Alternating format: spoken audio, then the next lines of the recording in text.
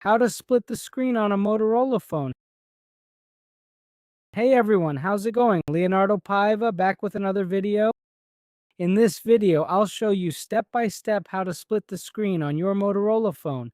Guys, it's a smooth and really easy process. So let's go. First, you need to go to your Motorola phone settings. So click here on this gear icon. Here guys, you're going to look for the display option. Display that option there. Then click here on the last option, Advanced.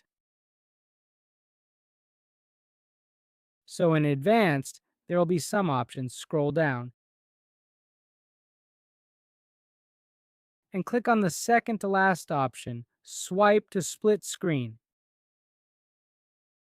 So you're going to do a gesture to activate this feature.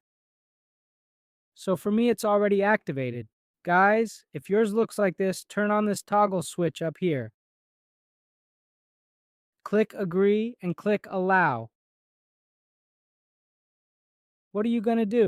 Guys, I'll click Test down here. You're going to do this motion with your finger. Swipe right and then back to the left. I'll do it here. This option will appear. See that, guys? Down here. Then just tap on it to split the screen. And you can move it up or down however you want.